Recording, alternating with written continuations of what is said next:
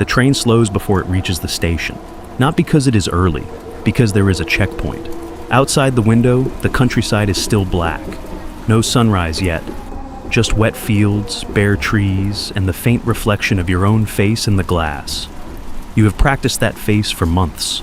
Tired, ordinary, forgettable. A woman traveling alone with a small suitcase. Nothing to see, nothing to fear. The train stops, then you hear boots on the platform. One pair, then another, then dozens. A man across from you closes his eyes. He is holding a newspaper upside down. Across the aisle, a mother pulls her sleeping child closer. Nobody speaks. Nobody needs to. The compartment door slides open. 2 soldiers enter first, then the officer. His uniform is clean, his gloves are clean, his expression is almost bored. That is the worst part. He does not look angry. He looks like this is routine. Papers? The word travels down the carriage like a blade. One by one, passengers reach into coats, purses, and inner pockets. Every movement is too fast or too slow. Every glance feels suspicious. Your documents are inside your handbag. A train pass, a work permit, an identity card with a name that is not yours. Marie Laurent. You repeat it silently.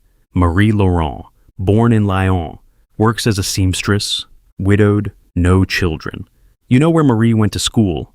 You know the name of her imaginary husband. You know the address of an apartment you have never entered. You even know the scar on her left knee. But the officer does not. Not yet. Your hand reaches into the bag. Do not shake. You pull out the papers. He takes them. For 3 seconds he studies the photograph. Then he looks at you. The photograph was taken 6 months ago. Your hair is shorter now. Your face is thinner. You have lost weight since the winter began. He notices. Traveling alone? Yes. Why? My sister is ill. Where does she live? You answer immediately. Saint-Étienne. The officer pauses. You should not have answered that quickly. He looks at the paper again. Then he hands it back. Enjoy your visit. The compartment breathes again. Not loudly, not all at once, but you feel it. The train begins moving, and only then do you look down at your hands. They are shaking. You close them into fists. Inside the lining of your suitcase is a radio crystal no larger than a fingernail. Inside the heel of your shoe is a strip of microfilm. And inside your coat, sewn beneath the fabric where no search should find it, is a list of names. Names of people who have been helping the resistance. Names of people who will disappear if that list is discovered. Your destination is a small town near the border. Officially, you are going to visit your sick sister. Actually, you are going to meet a man called the Clockmaker. You do not know his real name. You do not know what he looks like. You only know the instructions. At 7:15 in the evening, stand near the clock tower. Carry a red scarf. If someone asks whether the train from Paris was late, answer, it always is in winter. Then follow him. Not too closely.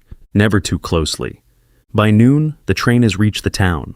You step onto the platform with dozens of other passengers. The station is crowded with soldiers, workers, market sellers, and people pretending not to watch one another. A large poster hangs beside the exit. It shows a shadowy figure in a coat. Underneath are words warning citizens about spies, saboteurs, and traitors. You do not read it. You already know what it says. You walk through the town slowly. Your suitcase feels heavier with every block. You pass a bakery. The windows are fogged from the ovens inside. A woman stands in line with ration cards in her hand. You pass a church. Its bell does not ring. You pass a street where 3 soldiers are questioning an old man beside a bicycle. Do not look. You look anyway. The old man sees you. For half a second your eyes meet. Then one of the soldiers turns. You keep walking. By evening, rain begins to fall. You stand beneath the clock tower at exactly 7:15. The red scarf is wrapped around your neck. The town square is nearly empty. A bicycle rolls past. A man in a dark cap walks his dog. A woman closes the shutters of a small shop. No one says anything. 7:16. 7:17. Your heart begins beating harder. The instructions said he would come. But spies do not always arrive. Sometimes they are late. Sometimes they are followed. Sometimes they are already dead. At 7:19, a man stops beside you. He is older than you expected. Gray coat, Worn shoes, thick glasses. He does not look at you. The train from Paris was late, he says. You swallow. It always is in winter. The man nods once, then he walks away. You wait 3 seconds, then follow. He leads you through narrow streets, past a closed tailor shop, past an alley filled with broken crates, past a back door behind a cafe. He knocks twice, waits, knocks once. The door opens. Inside, the room is dark except for a single lamp. There are 4 people around a table, a teenage boy, an older woman, a man with a bandaged hand, and someone you recognize. The old man from the street, the one the soldiers were questioning beside the bicycle. He is alive, for now. The clockmaker places a small radio set on the table. This is yours, he says. You stare at it. It does not look important. A few wires, a battery, a small dial.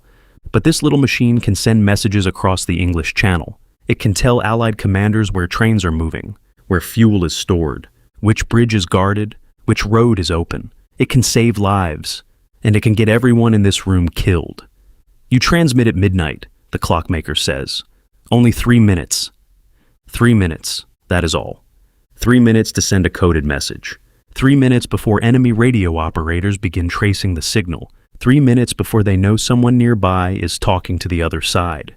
At 11:58, you are on the top floor of an abandoned apartment building. The rain has stopped. The city is quiet below. Too quiet. You set the radio on the floor. Your fingers move through the steps you memorized. Battery, wire, frequency, code sheet. You breathe once. Then press the key.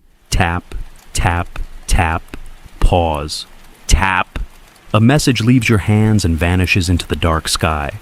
A train carrying supplies will pass through the Eastern Rail Yard at dawn. You send its number, its route, its cargo. You have been told not to imagine what happens next. Do not imagine the bridge exploding. Do not imagine the soldiers on the train. Do not imagine the civilians who might be nearby. Your job is not to decide the war. Your job is to pass the information. 2 minutes. You keep sending. Then, a car door slams below. You freeze. A second door. Then footsteps. Heavy footsteps. On the stairwell. The clockmaker said 3 minutes. You have sent only 2. You could stop now. Pack the radio. Run. But the final part of the message matters most. The bridge location. The time. The warning that civilians from a nearby village may be on the road. Your hand hovers over the key. The footsteps reach the second floor. You press down. Tap, tap, tap, tap. The door below creaks open. You send the last line, then tear the code sheet in half. Again, again. You place the pieces in your mouth and swallow them. The footsteps reach the 3rd floor. You grab the radio. There is no time to pack it. You pull a loose floorboard free, push the radio into the darkness beneath it, and force the board back into place. The stairs groan. 1 more floor. You stand. The room has 1 door, 1 window, and 1 narrow fire escape disappearing into the rain. The apartment door shakes. A voice calls out from the hallway. You do not understand every word. You understand enough. Open the door. Hands where we can see them. You climb through the window. The metal fire escape is slick beneath your shoes. Below you, the alley looks impossibly far away. Behind you, the apartment door breaks open. For 1 second, nobody sees you. Then, a flashlight swings across the window. You jump down 1 level. Your hands slam against wet metal. A voice shouts. A shot cracks through the night. Not close, but close enough. You run. Not toward the main street. Never toward the main street. You cut through an alley, climb over a fence, slide through a broken gate, and disappear into the shadows behind the market. You do not stop until the town has vanished behind you. By sunrise, you are standing in a field outside the city. Your coat is soaked. Your hands are bleeding. Your false papers are still in your pocket. Marie Laurent is still alive. For now. Somewhere, a radio message is being decoded. Somewhere, a train is moving toward a bridge. Somewhere, people you will never meet are making decisions based on the words you sent into the dark. And somewhere behind you, soldiers are searching every station, every road, every house, for a woman with a red scarf. You remove it from your neck, you leave it beneath a stone. Then you keep walking. Because in a war like this, you do not win by becoming a hero. You win by surviving long enough to send one more message.